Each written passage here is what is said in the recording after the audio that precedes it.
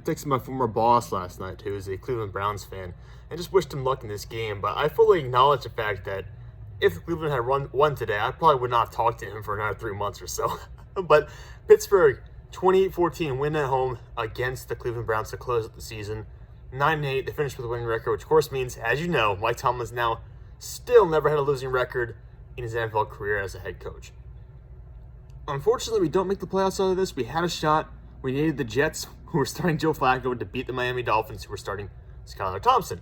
So there was an opportunity. Unfortunately, very late in the game, like in the fourth quarter, Miami ended up taking the lead, and Miami ended up winning the game against the Jets. Which was really, I said, like a crapshoot. It's Joe Flacco versus Skylar Thompson. You really couldn't expect anything out of it. So I didn't expect Pittsburgh to get all the help they needed to make the playoffs. So I think Buffalo beat New England. So if Miami had lost that game, Pittsburgh would have been in as the final seed in the AFC playoffs. But again, I'm not really that upset that we didn't make the postseason because, one, compared to like the Chiefs, the Bengals, even though I know we beat the Bengals earlier this year, like the Chiefs, the Bengals, the Bills were not in that class in my opinion. So I'm really not that upset that we didn't get to the playoffs and just get smacked in the first round. I am very happy for Mike Tomlin. I'm very happy for this team. First off, you get a winning record.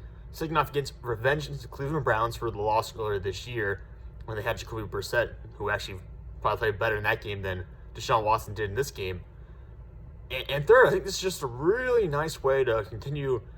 I know saying building a winning culture when you're 9-8 doesn't sound necessarily the best, but to some extent, continue building a winning culture. You started the season 2-6, and you ended up going 2-6, and you went 7-2 in your final 9 games. I mean, it's a fantastic way to end the season. And all these games, it wasn't pretty for most of the time. A lot of them were comeback games, but I think overall, you have to be kind of happy with how the season ended. The fact you were winning late in the year, you were winning with this team, which still has a lot of flaws, still has a lot of openings, still has a lot of issues.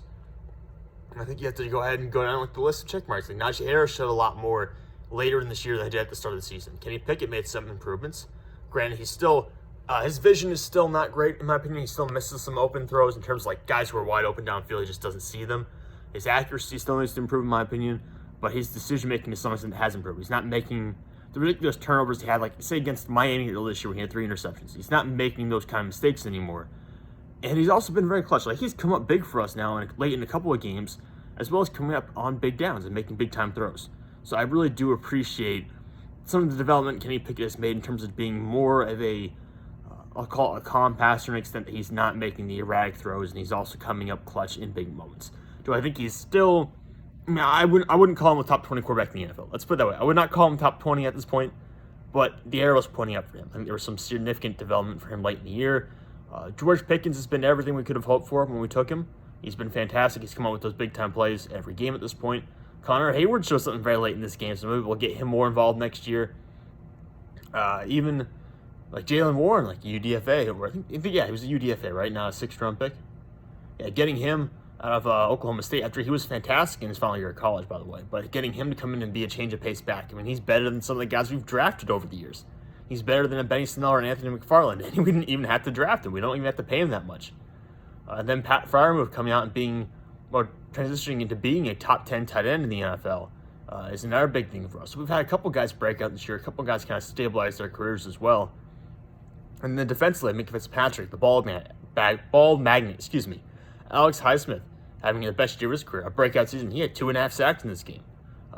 Cameron Hayward still performing at a high level. He had 2 sacks in this game after kind of starting the year a little slow, and I was a little worried that he was really in it for a regression year.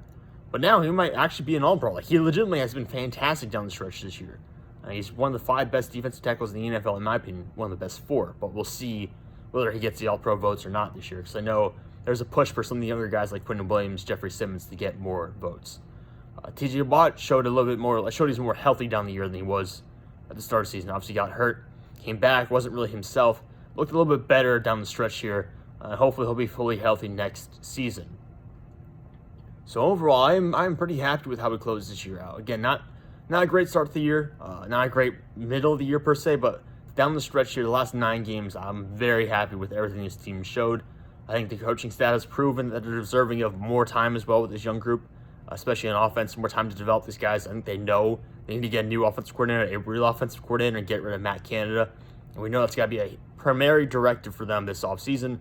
So we have that to look forward to, a new offensive coordinator. Hopefully not someone from in-house. Hopefully they go out and just hire someone, pay someone good money to come in and be an effective offensive coordinator for this team. And there are still some holes I want to address. I think we need a new left tackle. Dan Moore Jr. has not been very good. I think we need to change that. I think we need to probably add at least one new starting interior offensive lineman. We probably need to add one starting outside corner. There are holes here. But overall, we're going to the draft where we have our first round pick. And we have the 32nd pick in the draft. Now, it might officially be listed as number 33 because the Miami Dolphins forfeited one of their picks in the summer because of some tampering issues. So it might officially be listed as pick 33. But regardless, we have the first overall pick in the second round because we traded Chase Claypool to the Chicago Bears for their second round pick. And they now have the top pick in the NFL draft, which means they also have the top pick in the second round. So we have our first round pick, we have the top pick in the second round, and we have our second round pick to really address all these issues. And if we want to, we can even trade them for established players, or we can trade up to get a better prospect if we want to. So we have a lot of mobility now in the draft in terms of being able to move capital, which is something we usually don't have. So we have opportunities there, which is big for me because I'm a huge draft guy. We have defensive cornerstones and Fitzpatrick and Highsmith and Watt and Cameron Heyward who are all coming back. We have established some hope for the offense with Kenny Pickett, Najee Harris, George Pickens, Deontay Johnson, Pat Freiermuth, Jalen Warren as a rotational player, Corford playing better on at his tackle position. We have some hope here on the offense to get better as well. So at the end of the season, yeah, we're not making the playoffs. But overall, I'm much more optimistic about where we are right now as a franchise than I have been at any point in the past 2 or 3 years. So I am very happy to say moving forward, we hopefully have a plan.